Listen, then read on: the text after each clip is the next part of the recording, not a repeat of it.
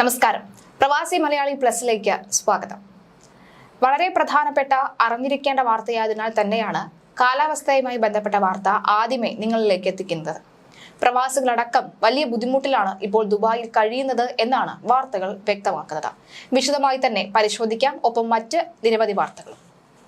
കനത്ത മൂടൽമഞ്ഞിനെ തുടർന്ന് കേരളത്തിൽ നിന്നുൾപ്പെടെ ദുബായ്, ഷാർജ രാജ്യാന്തര വിമാനത്താവളങ്ങളിൽ ഇറങ്ങേണ്ട 40-ലേറെ വിമാനങ്ങൾ മണിക്കൂറുകളോളം വൈകി.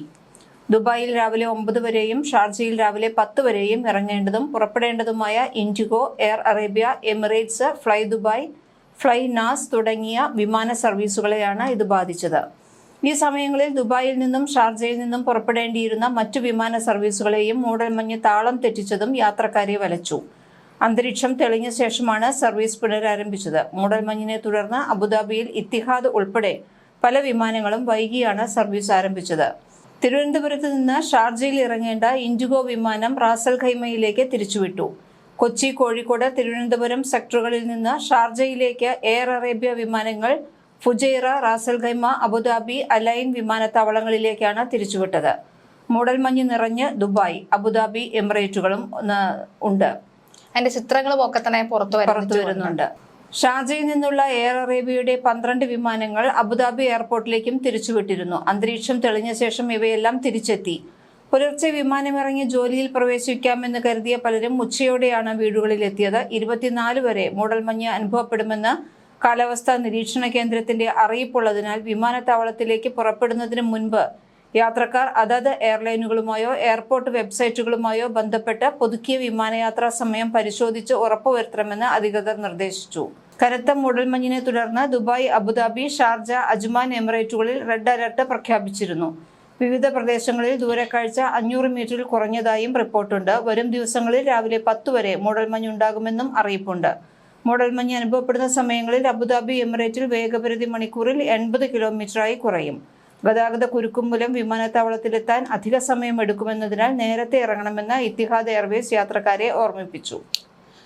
UAE പൗരന്മാർക്കായുള്ള വിസ ഓൺ അറൈവൽ പദ്ധതി ഇന്ത്യ വിപുലീകരിച്ചു. ഇതോടെ കൊച്ചി, കോഴിക്കോട്, അഹമ്മദാബാദ് എന്നീ 3 അന്താരാഷ്ട്ര വിമാനത്താവളങ്ങൾ വഴിയും UAE പൗരന്മാർക്ക് വിസ ഓൺ അറൈവൽ വഴി പ്രവേശനം സാധ്യമാക്കും. നിലവിൽ ബംഗളൂരു, ചെന്നൈ, ഡൽഹി, ഹൈദരാബാദ്, കൊൽക്കത്ത, മുംബൈ എയർപോർട്ടുകളിലാണ് ഈ സൗകര്യം ലഭിക്കുന്നത്.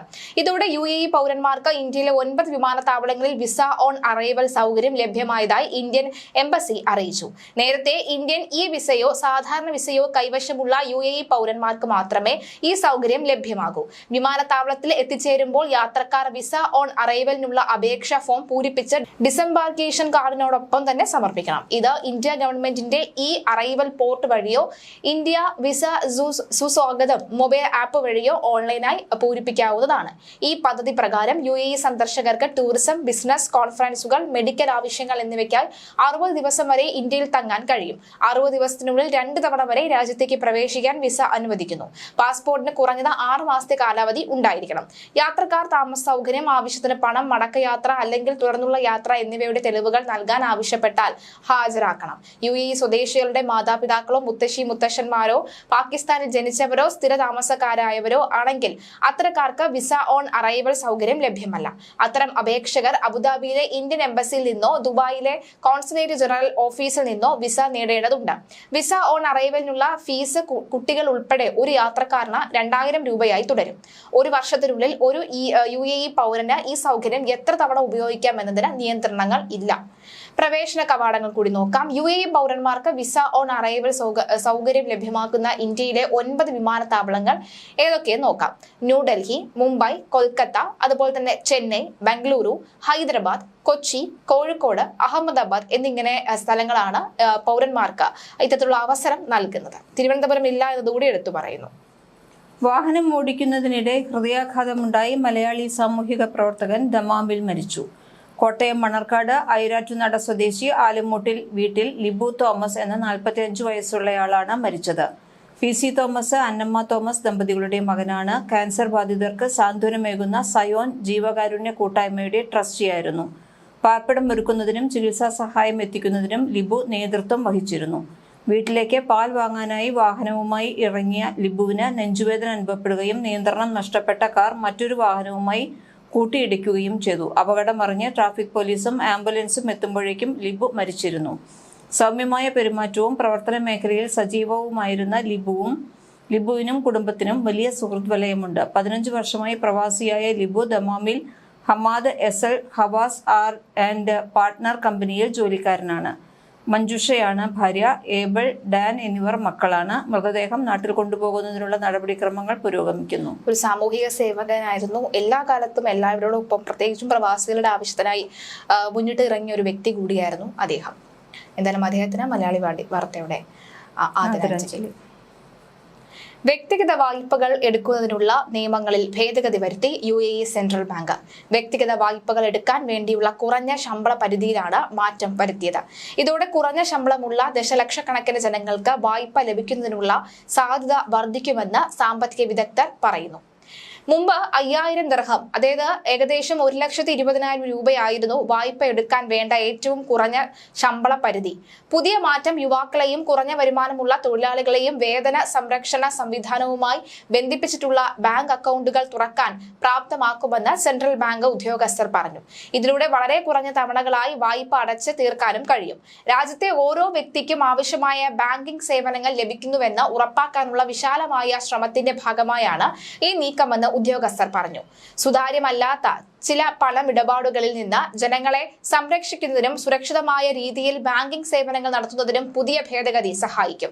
കണക്കുകൾ പ്രകാരം UAE-യിൽ തൊഴിലാളികളുടെ ജനസംഖ്യയുടെ വലിയൊരു ശതമാനവും 5000 ദിർഹത്തിന് താഴെ വരുമാനമുള്ളവരുമാണ്. അതിനാൽ തന്നെ പ്രവാസികൾ ഉൾപ്പെടെ ധാരാളം പേർക്ക് ഈ മാറ്റം ഉപകാരപ്രദമാകും. സ്പെഷ്യൽ ഇന്റൻസീവ് റിവിഷൻ ഫോം വിതരണം ഇന്ത്യയിൽ തകൃതിയായി നടക്കുന്നതിന്റെ സ്വാധീനം UAE-യിലും പ്രകടമാകുന്നതായാണ് റിപ്പോർട്ടുകൾ. വോട്ടർ പട്ടികയിൽ വിവരങ്ങൾ രജിസ്റ്റർ ചെയ്യാനുള്ള നെട്ടോട്ടത്തിലാണ് UAE-യിലെ ഇന്ത്യൻ പ്രവാസികൾ. ചിലർ വീട്ടുകാർക്ക് തങ്ങളുടെ രേഖകൾ അയച്ചു കൊടുക്കുമ്പോൾ മറ്റു ചിലർ ഡിസംബർ 9 ആരംഭിക്കുന്ന അടുത്ത ഘട്ടത്തിനായി കാത്തിരിക്കുകയാണ്. ഇതുവരെ വോട്ടർ പട്ടികയിൽ പേര് ഉൾപ്പെടാത്ത NRI-കൾക്ക് നോൺ റെസിഡന്റ് ഇന്ത്യൻസിന് പേര് ചേർക്കാനുള്ള സുവർണ അവസരമാണിതെന്ന് ചില പ്രവാസികൾ ചൂണ്ടിക്കാട്ടുന്നു. മുൻപ് പ്രവാസികൾക്ക് വോട്ട് രേഖപ്പെടുത്താനുള്ള അവസരം ഇല്ലായിരുന്നു. ഏറെ നാളത്തെ പോരാട്ടങ്ങൾക്ക് ശേഷമാണ് വോട്ട് ചെയ്യാനുള്ള അവസരം ലഭിച്ചത്. അതിനാൽ അത് പ്രയോജനപ്പെടുത്തേണ്ടത് വളരെ അത്യാവശ്യമാണെന്നും പ്രവാസികൾ വ്യക്തമാക്കുന്നു. 2010-ലാണ് ഇന്ത്യയിൽ NRI വോട്ടർ രജിസ്ട്രേഷൻ ആരംഭിച്ചത്. ഓവർസീസ് ഇലക്ടർമാരായി NRI-കളെ രജിസ്റ്റർ ചെയ്യാൻ ഇലക്ഷൻ കമ്മീഷൻ അനുമതി നൽകിയത് 2011 മുതൽ. UAE നിവാസികൾക്ക് വോട്ടേഴ്സ് സർവീസ് പോർട്ടലായ https://voters.eci.gov.in സന്ദർശിച്ച വിവരങ്ങൾ പരിശോധിക്കാം. പ്രവാസികൾക്ക് നേരിട്ടോ ഓൺലൈനായോ എന്യൂമറേഷൻ ഫോം പൂരിപ്പിക്കാവുന്നതാണ്. വെബ്സൈറ്റിലുള്ള ഫോം 6A ആണ് പൂരിപ്പിക്കേണ്ടത്. ഇതിൽ സ്വന്തം സംസ്ഥാനം, ജില്ല, മണ്ഡലം, വോട്ടർ പട്ടികയിൽ ഉൾപ്പെട്ടിട്ടുള്ള അടുത്ത ബന്ധുവിന്റെ വിവരങ്ങൾ എന്നിവ നൽകണം. ഡിസംബർ 9-നാണ് വോട്ടർ പട്ടികയുടെ ആദ്യ കരട് പ്രസിദ്ധീകരിക്കുക. വോട്ടർ പട്ടികയിൽ തങ്ങളുടെ പേര് NRI വോട്ടർ എന്നാണ് രേഖപ്പെടുത്തിയിരിക്കുന്നത് എന്ന് ഉറപ്പാക്കേണ്ടതുണ്ട്. അന്തിമ വോട്ടർ പട്ടിക 2026 ഫെബ്രുവരിയിലാണ് പ്രസിദ്ധീകരിക്കുക. സർക്കാർ ജോലികൾ സ്വദേശിവൽക്കരിക്കാനുള്ള നയം നടപ്പിലാക്കുന്നതിന്റെ ഭാഗമായി എല്ലാ സർക്കാർ ഏജൻസികളിലും മന്ത്രാലയങ്ങളിലും അടിയന്തരമായി പ്രത്യേക സ്വദേശിവൽക്കരണ സമിതികൾ രൂപീകരിക്കാൻ സിവിൽ സർവീസ് കൗൺസിൽ നിർദ്ദേശം നൽകി.